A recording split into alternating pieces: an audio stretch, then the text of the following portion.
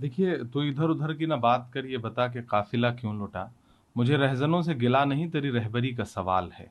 288 आधिकारिक मौतें और तकरीबन 1000 के आसपास घायल हमारे नागरिक। उसके बाद जिस तरह से रेल मंत्री जी कह रहे थे कि अब जांच पूरी हो गई है, अब सारी बातें तथ्य सामने आ जाएंगे, और उसके बाद आखिर में कह देना कि हमने मामला सीबीआई को सौंप दिया। ये तो सीधे सीधे टाल मटोल वाली बात है। इतने संवेदनशील मुद्दे पर कभी फोटोशूट और कभी फिर नारे लगवाना और कभी खुद नारे लगाना। मैं आज सुबह विजुअल देख रहा था रेल मंत्री जी का, जिसमें वो नारे लगा रहे थे, तो दरअसल वो नारे कम कवच ज्यादा लग रहे थे कि किस तरह से कवच लगा दिया जाए, जो असली कवच जो है वो ट्रैक और ट्रेनों में लगाना था। तो मल्लिकार्जुन खड़गे जी ने जो चिट्ठी लिखी है, उसमें जो बिंदुवार उन्होंने बात की है वो बहुत सही बात है। कैग की रिपोर्ट जो कहती है उस पर प्रधानमंत्री जी जवाब कब देंगे। और सबसे महत्वपूर्ण बात यह है कि इतनी मौतों के बाद अब तक रेल मंत्री का इस्तीफा क्यों नहीं हुआ। प्रधानमंत्री जी वहां खुद पहुंचे, और खुद पहुंचने के बाद उन्होंने रेल मंत्री को अब तक क्यों नहीं बर्खास्त किया, या नैतिकता जैसी अगर कोई चीज है तो रेल मंत्री जी ने जिम्मेदारी लेते हुए उस पद को छोड़ा क्यों नहीं।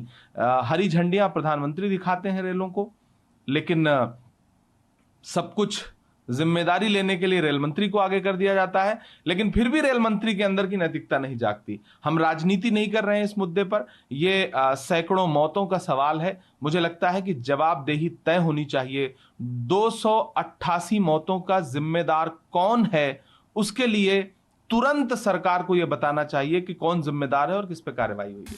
तो बिहार साहब के जब मैं भी एक बार, जो भी रेल मंत्री रहे हैं, तो उन्होंने कहा कि मैं एक रेल हादसा हुआ बंगाल में, और वो रेल मंत्री थे, उन्होंने तुरंत प्रधानमंत्री तत्कालीन वाजपेयी जी को कहा कि मैं इस्तीफा देने को तैयार हूँ। मैं इस्तीफा ऑफर किया, और जो है इस तरीके की नैतिकता उन्होंने दिखाई, इस तरीके से।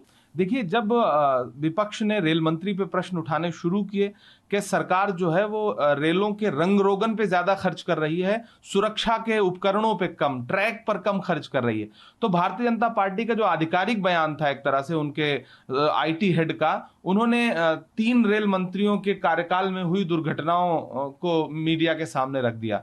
एक ममता बनर्जी जी, दूसरा नीतीश कुमार जी, जबकि वो ये भूल गए कि ये दोनों रेल मंत्री जो है भाजपा सरकार के दौरान ही, एनडीए सरकार के दौरान ही रेल मंत्री थे।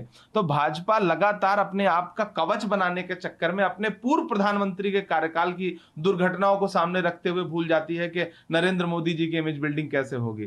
तो तब भी नैतिकता दिखाते हुए नीतीश जी ने इस्तीफा दिया था। इससे पूर्व में लाल बहादुर शास्त्री जी ने जो उदाहरण देश के सामने प्रस्तुत किए हैं।